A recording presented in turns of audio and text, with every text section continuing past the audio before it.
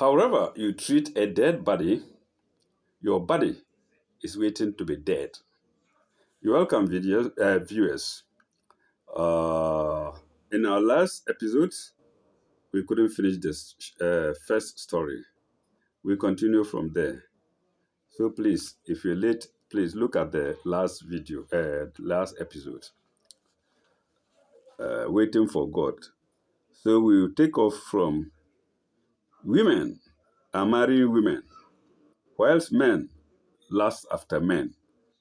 The scriptures, the scripture mentions it in Romans 1:18-32.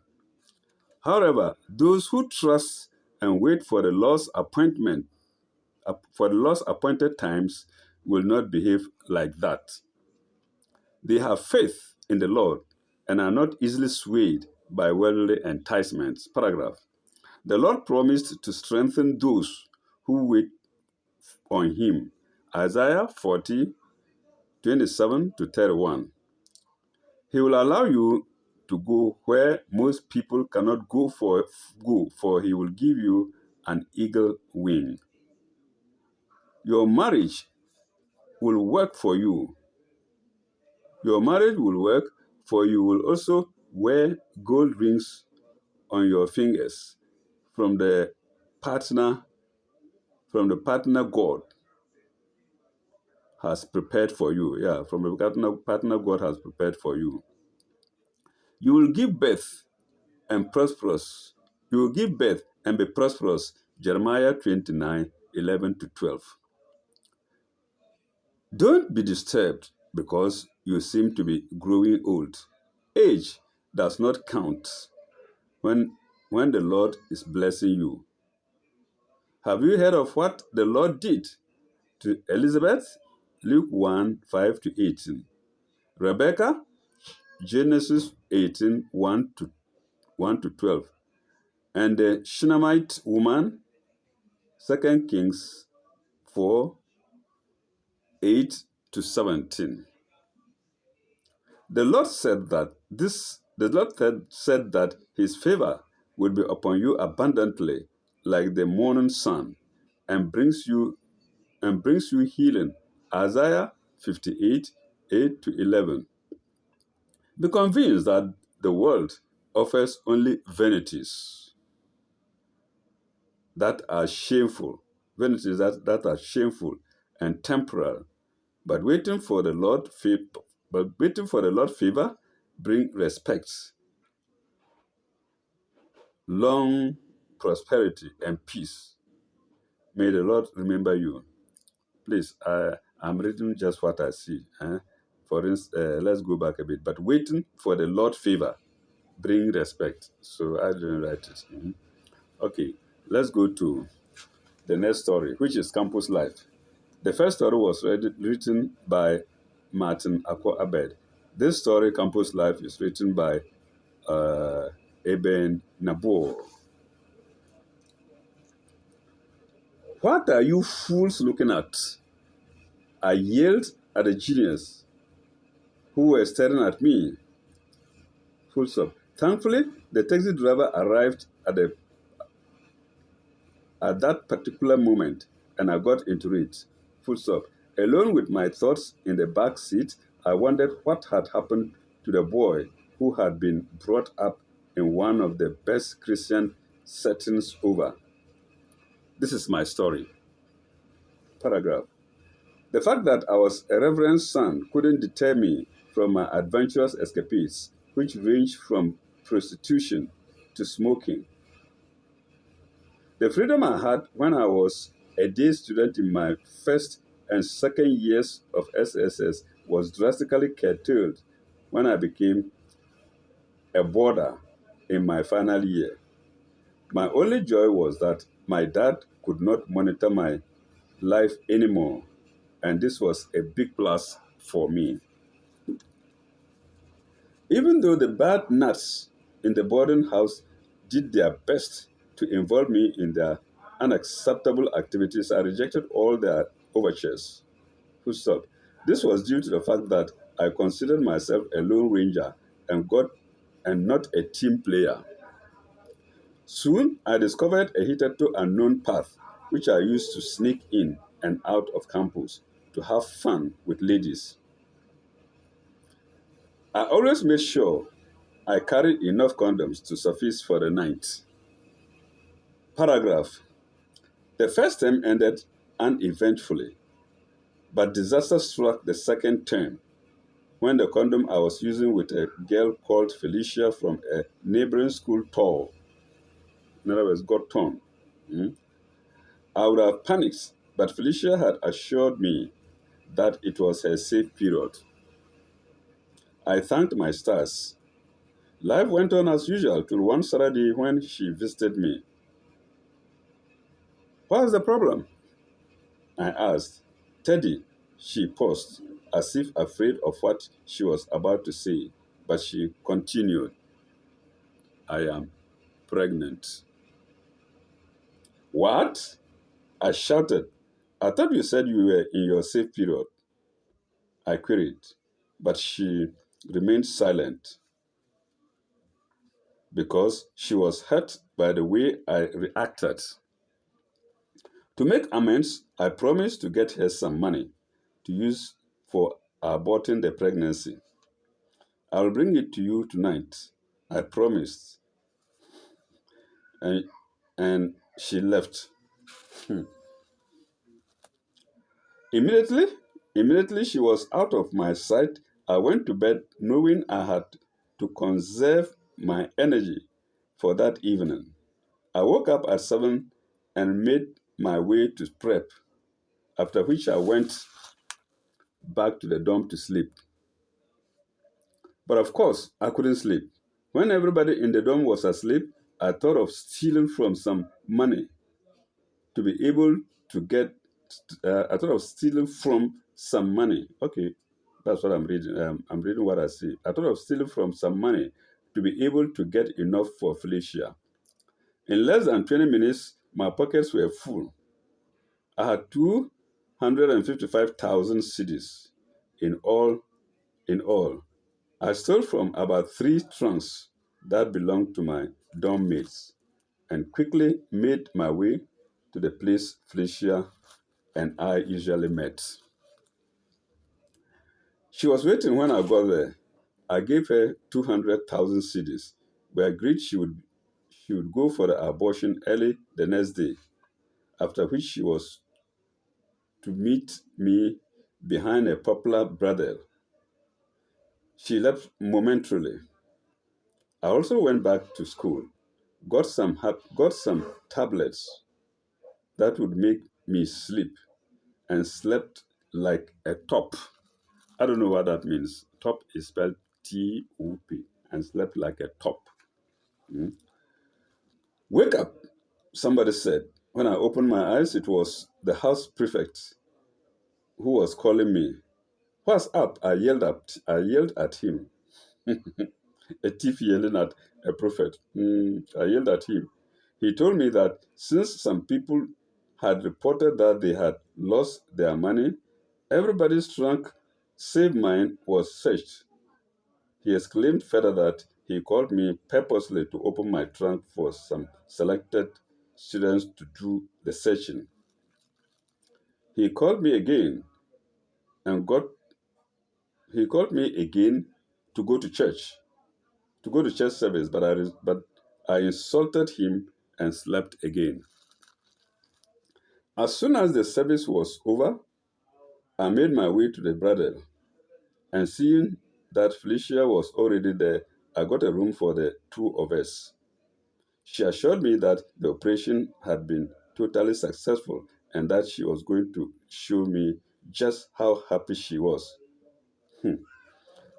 I was in a state of ecstasy when all of a sudden, bam! The door to the room we had hired opened, and there stood before me my father, my uncle, my father and my uncle. The next moment, I received hefty slaps, which made me lose my balance, and I fell. Paragraph. My uncle, who's my uncle, who is the housemaster, then shut the door, and knowing how terrible his old brother could get, came out to stand between the two of us. The slaps were more than I could bear. As a result, I felt so confused that what happened afterwards was lost to me. My father felt my father left us and returned to the school with my uncle. Paragraph. The fact that my family had caught me in a sexual act bothered me, but not as greatly as the mystery of how they knew about my whereabouts. To solve this, I talked to the protocol boys and they told me what happened. Juliet, the housemaster's daughter, had been seen with my father. Let me take that again. Juliet, the housemaster's daughter, had been seen with my father, and she was the only person they had talked to. Of course, her boyfriend lived just a stone throw from the brother, and having seen me, I guess she decided to pull the rug from under me. Well, she will see. Paragraph. For my plan to succeed, I had to monitor her movements. And that was when I got to know that she was attending a party. Just as I was about to leave her, just as I was about to give her, I heard the light footsteps of a lady. I raised my head, and yes, it was her. I sprang open, I sprang upon her, covering her mouth, and at the same time putting her on the floor. I gagged her with handkerchiefs. Next, I tied her hands behind her back and grabbed her skimpy skirt. Don't move, I heard the order. I would have run, but the sight of the senior housemaster's dog frightened me. Julius, Julius, Julius, Julius' twin brother removed his shirt, put it on her, and took her away from the scene. Apparently, Julius informed the headmaster about what happened, and then within minutes, I saw Mr. Ofosu, Julius, and some other people around. I'm sure they wanted to find out who hurt Juliet. Mr. Fosu saw me and led me back to the school compound. Paragraph. The disciplinary committee met and decided on a suitable punishment for me. I was not dismissed anyway, but I had to receive very strong lashes. I lost count at 28. This is my story, and whatever will happen now is not my worry. I've regretted choosing the path I chose. I always wanted to revenge, but I have come to realize that vengeance isn't mine, but God's. Let's go to the next story. It happened to me. Divine intervention by Dauda Osman. That's the writer. Okay, let's take off with the story. I thought my dad was rude to me when he yelled at me, saying, "Hurry up and I leave for the hurry up and leave for the transport yard.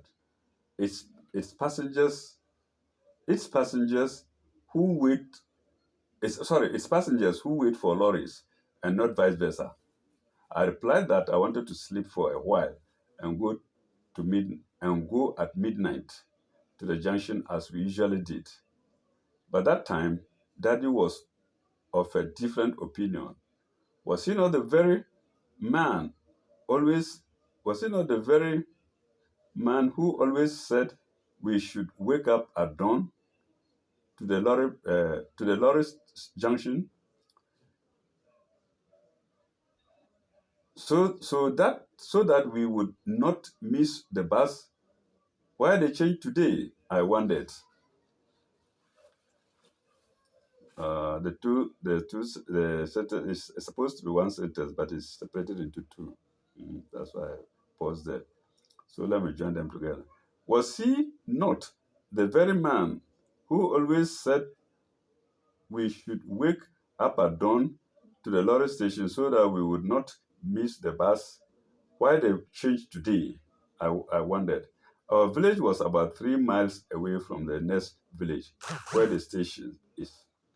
I went there to inform my dad about a meeting he had to attend in Tamale, but he could not attend the meeting because he was scheduled to settle a dispute between some rival factions in the jurisdiction, which nearly claimed lives. I was therefore required to go back to Wale Wale to call and inform his colleagues of his inability to make it the following day. Paragraph. On the said day, I went to the local Jimbali market with some of my friends from our village. At the market, Monica, the only girl in my dad's village who had managed to complete senior secondary school, greeted me and promised to visit me in the evening.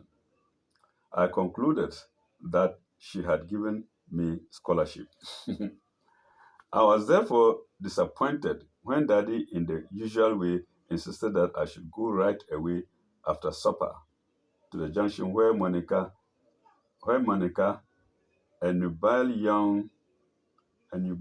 young lady, was anxious to lie beside me that night, ready for anything.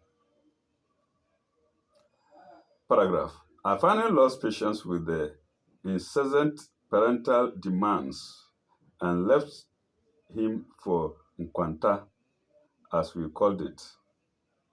Out of anger and momentary hatred for my father, I left the handbag I sent to the village. Full stop. School reopened, and I reported my beginning of the term, and I reported for the beginning of the time for the second term. I received a letter from Monica expressing her love for me. Paragraph.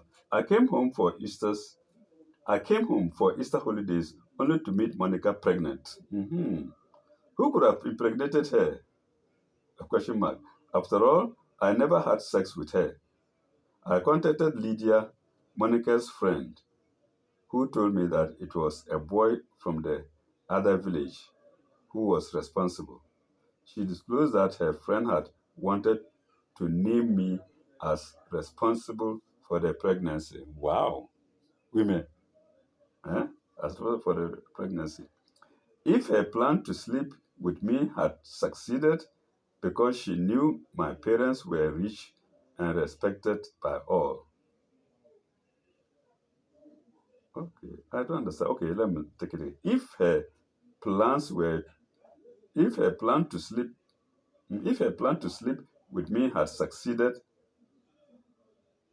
because she knew my parents were rich and respected by all. Well, I don't understand this. It's not a very meaningful sentence. Anyway, I was surprised by this revelation. I would have taken responsibility for a baby that was not mine, a pregnancy I never contributed to. I would have also dropped out of school if I had fallen into her devilish trap. But I was saved by my dad's insistence that made me to live here, or to live here, I don't know. It's spelled here, maybe to live here. A divine intervention. Paragraph. I've been careful since then with the advances from ladies, since the since there are always some bad motives behind them.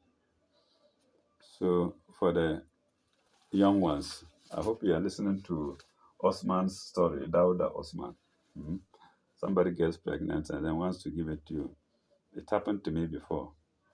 Some witness woman, some woman who was a witness to defend me, even in my absence. Okay, we go to the next story. My deepest regret. What you do not see can hurt. No writer, but as told to Francis Abenyaga, as told to Francis Abenyaga, what you do not see can hurt. Take off. Let's take off. For about 15 years, I enjoyed a relative peace with my marriage family.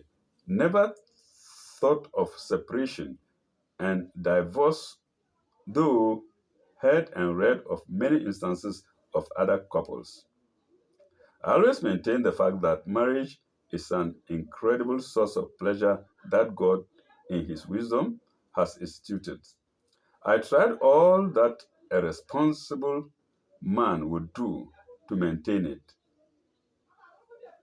I spent some hours every day talking and showing my love to my wife, knowing that vital, knowing that vital ingredient of marriage success is communication. Knowing that knowing that vital ingredient of marital communication success is communication. Next paragraph. My life, on the other hand, appreciated my love for her and it. Reciprocated it. Uh, Fortunately or unfortunately, I was transferred from Abo in the Volta region to Dodowa in Greater Accra region. My wife did not go with me immediately because she was a seamstress who had a lot of apprentices. To be precise, she was well established in the town. In my new station, I was careful not to fall into the trap of beautiful ladies in town.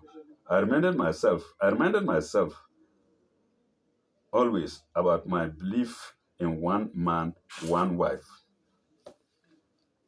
But for a brief moment, I lost concentration and was distracted by a letter a friend wrote to me from Abo, where I was transferred.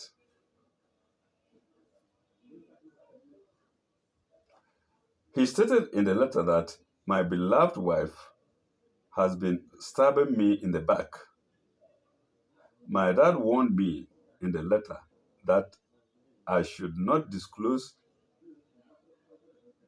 No, my friend warned me in the letter that I should not disclose his name in the course of investigation.